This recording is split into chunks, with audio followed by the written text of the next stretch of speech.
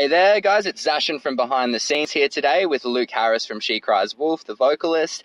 They've just released an album, Liar, on February the 22nd. How you going today, Luke? Going great, mate. How are you? Really good, man. Thanks for asking. Awesome to be here with you today. So yeah, obviously Liar came out about 3 weeks ago now. You guys ran a little bit of a Facebook campaign through friends, other bands and whatnot. How's the response been so far for the album? It's been incredible, man. Just overwhelming, just the response and just the people that we've, reconnected with over the years. There's been a lot of old people that we haven't seen in a long time resurface and just reach out and say, look, this album's incredible, a bit of a return to form. And then we've also had a lot of new fans and a lot of new friends that have popped out and said hello. Yeah, absolutely. And that's cool to get that feedback as well, I suppose. For me personally, following you guys for a couple of years, you guys seem to have taken on a newer, more refined sound as to what you've previously had. And it's really good that sounds like it's translating to newer fans and to older fans as well, I'm sure. Yeah, thank you, man. That's awesome. And was that I guess for this new style of music you guys are going for, this more developed sound, was it kind of like a conscious thing that you guys wanted to do to expand reach, or was it just that natural progression as musicians that you guys wanted to take on? Definitely was more natural. Given the last few years that we've had, we definitely weren't striving towards trying to maximize our reach. Even the release plan of this album, it doesn't scream, modern unified band, you know what I mean? Very just thief in the night release. If you love it, you love it. If you hate it, you won't listen to it. But yeah, we wrote this very much for ourselves. Yeah, awesome. And that's really good to do nowadays with music. Yep. And writing it for yourselves, what was the writing process like? Because you guys have gone through some minor lineup changes over the few years with your other releases as well. Yep. How did everyone gel together this time around, coming together to put Liar together? Well, it was much the same as previous releases. Obviously, it all starts with Kyle Franklin, our guitarist, in his bedroom. He's the recording sort of artist, if you will. Basically, this time it was a little bit different though, in the fact that Bellick stepped in and really helped out to shape these songs. I'm always there as almost like a producer, just in terms of shaping the structure of the song so that they'll work to fit the lyrics that I've created, so that everything's a cohesive piece. And then Gal obviously comes in and just makes sure that the drums are interesting and that they really complement the music and the lyrics. Yeah, you want everything to tie together. 100%. And that's cool that you kind of want to produce, as you say, keep your finger on the pulse through the writing process and whatnot. Definitely. And with that as well, because you guys seem to be doing, you vocally, I should say, more cleans than you've done on previous albums. Yep. As a vocalist, was incorporating that change, was it daunting? Was it intimidating? How do you kind of feel going into it? It's fine. It was a bit of a return to form for myself. The previous band that I was in that no one really knows about was called Closure, and that was 100% clean singing. So that really gave me the foundation of being able to sing. Traditionally, I've always just been a clean singing vocalist. So coming back to that was just, return to form. I did definitely sing a lot more in Doubt, but it was the way it was mixed. It didn't really highlight that too much. But yeah, definitely, it's been great to sing again. I feel like, hooks and melodies and things like that really come through in Liar with songs like Love Trader, really big one. I love that well, you were there when exactly. we On that topic, I was thinking too, it's been really cool to kind of see, you guys were recording vocals a good few months ago. Now where I was honored enough to be present for some of that process. How cool has it been to see that now put out onto record, all your hard work and that process, and now seeing it completed? I'm sure it feels great. Yeah, it's great. And I've never felt this feeling after finalizing an album before, where I just feel that sense of accomplishment. Generally, when I've recorded something like with Divorce and Doubt, I've always had changes that I've wanted to make post-release. When I listen back to Liar, it's a complete piece. There's very little, pretty much nothing that I would change, which is a great feeling. Yeah, you're just super happy you've got that back. You're happy with the product you've put out, which is, really great as a musician. We're our own biggest critics, so that's awesome for you, man. And then I guess kind of in terms of composing Lyra and putting it together, like where do you kind of draw your lyrical inspiration from, if you didn't mind me asking? Yeah, so I've mentioned this previously in other interviews, but 40% of the lyrics were contributed by myself. Another 40% was contributed by someone else, another 10% from someone else, and another 10% from someone else. How that broke down and how we drew that out, I came up with the concept of Lyre in the beginning with the other massive contributor who contributed the other 40%.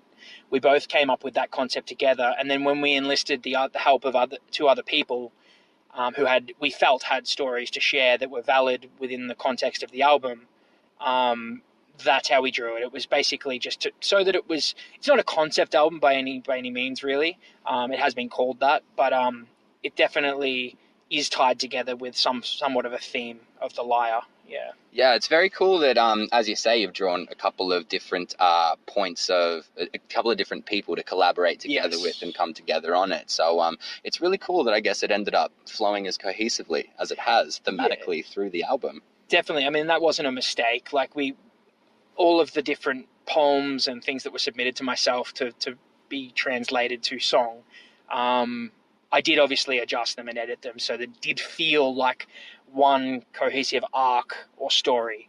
But you know, I would never want my worst enemy to experience all of the things that are covered in that album. It'd be terrible. It definitely covers some themes, you know, and which I guess that's pretty atypical of She Cries Wolf. Lyrically, I've felt you've always kind of drawn from maybe not necessarily a dark place, but a very emotional place, lyrically for yourself. Correct. So it's really cool that it's all come together again. And on the topic of, you know, following up with Lyre, kind of where to go from here, you guys announced a tour with Heist. It's going to be coming up in May and June. How keen are you for that? Very keen. Like the boys in Heist, we've only ever played one show with them in Sydney, and we just got on really well with those guys. We only spent probably like a couple of hours together, which, you know, it's not atypical of like bands that you would see touring together. They're generally really, really bro-y, but we just clicked and we love their sound. I definitely love that early 2000s mosh sound that they're doing in a modern way, and I don't think there's a lot of bands doing that. And it's something different. I like a bit of a mixed bill. So totally. Very keen to be touring with those boys. Yeah, awesome, man, awesome. And like for you guys, as a live band, you know, things used to be really rowdy back in the day. You used to have some really energetic floor shows, for lack of a better term. What can we kind of expect this time around from you guys in a live setting with this new music? I mean, there will still be drawing elements from that cathartic energy, which we definitely drew from in the early days a lot more of. But we'll be doing it in a more mature format, I believe. When you listen to Divorce and then you listen to Lyre, the songs are not really that similar. But we definitely will be drawing from that kind of that energy. Definitely. Yeah, absolutely. And kind of like on that topic as well, set list wise, when you guys are playing live, I imagine there's going to be more of a dominant focus on newer material, on stuff from Lyre.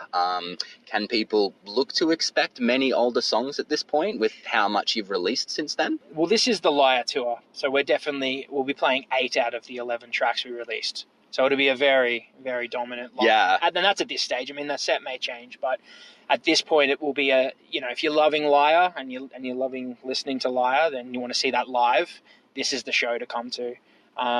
We will be playing some older songs, but it won't be that many. Not that Totally. And I myself am very excited. You know, I've been pumping Lyre ever since it has come out.